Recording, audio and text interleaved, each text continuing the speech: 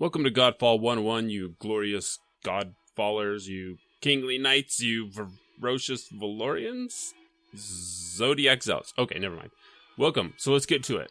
Gearbox held a digital event today, and we got another look at Godfall and a short visit from Keith Lee. We got some other news that we'll talk about as well, but first, let's look at that trailer. So first thing up, we get Aegishorn, the new legendary Valorplate, and he's our first legendary Valorplate. Although I don't know exactly what that means yet. What makes this plate legendary? Will every plate have a legendary variant? Are there certain limitations it has over others? Certain perks?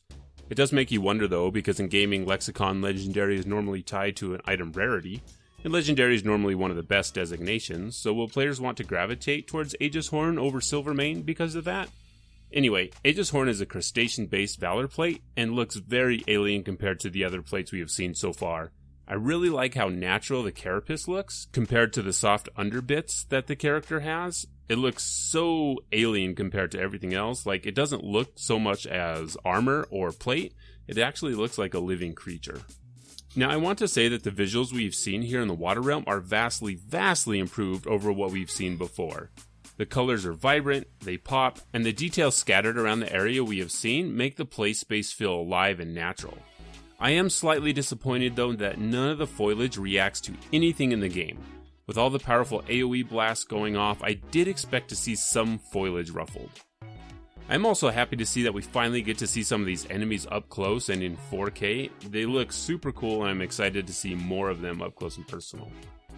One of the cool things we get to see, because we haven't seen a lot of hammer attacks previously from the Warhammers, but we do get to see Aegishorn throwing around a hammer. We get a look at one of those abilities and the hammer whips around and it gets called back to him, almost like Mjolnir or like Kratos' axe from God of War, which is one of their inspirations for the game. We also get a quick look at the improved drop system. Previously, we haven't seen weapons drop in this fashion. We've only ever seen the geometrical shapes that have dropped. We don't know if those augments, we don't know if those are other items that we need to be picking up, but we actually got to see weapons dropping, and we get to see their rarity color pillars around them, indicating that, hey, there's a drop over here. I really like the system. Visually, I think it is super appealing. I'm interested to see how it works in co-op, if we will have our own loot, or if it'll be a shared loot pool. And there's pros and cons to both of those systems. I would much personally rather have my own personal loot instead of having to fight over loot drops with the people that I'm playing with, especially if it's going to be online with random people. I would rather have my own loot pool. Seeing another boss is also exciting. Lunar is the main boss of the Water Realm, and she does not look excited to see us, which is really rude considering how long it took us to finally get there and meet her.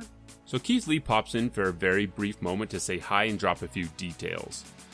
He told us that Aegishorn is the first legendary Valor plate, and its Archon Fury ability will call for Spirit Warrior allies to aid you and your friends, which will be interesting to see how that works out once we know more about the systems. And with one last thing, I was excited when he said one last thing, because that's normally when you have the amazing mic drop moment at the end of your show. Well, not today. And one last thing, we have a surprise for all the Borderlands fans watching the show today. Everyone, thank you for tuning in, and enjoy the rest of the show.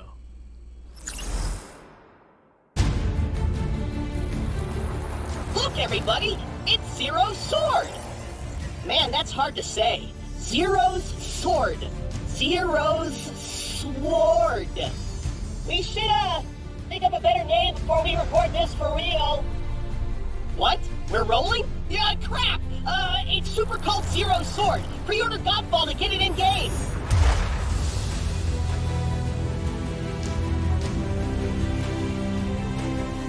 How about a little warning next time? If I wanted to work with clowns, I'd be a freaking juggler, okay?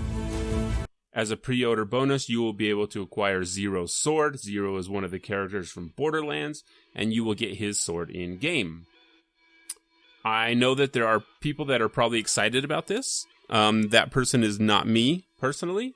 I don't know anyone that's excited about this, but I'm sure there are people that are excited to see this weapon. When I was talking about weapons previously, there's the boring sword that I termed because it just looks like a very basic sword.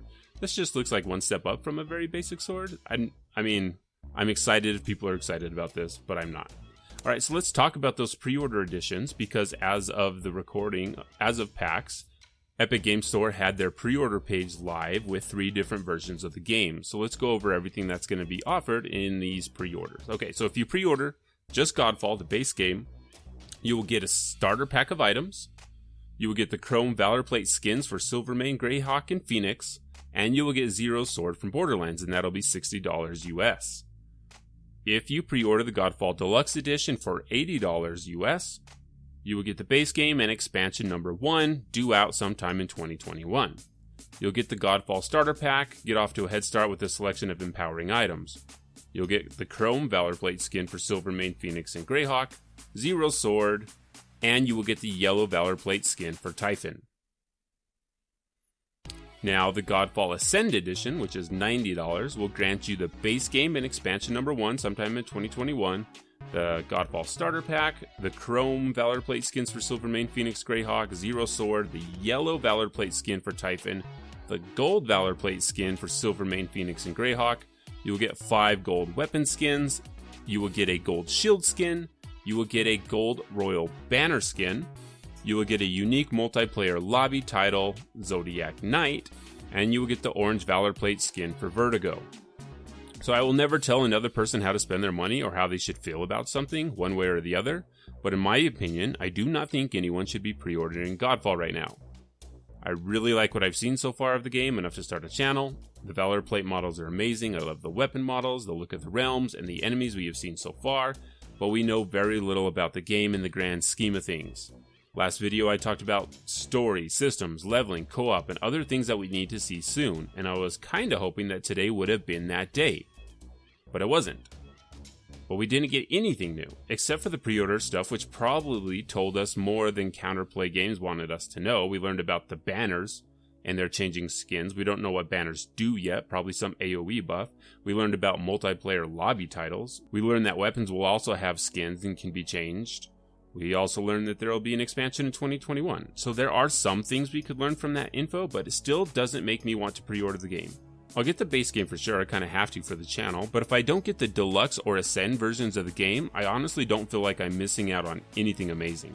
The skins are cool, but the base skins that we have seen from all the plates look much better than the single color of the gold or the chrome.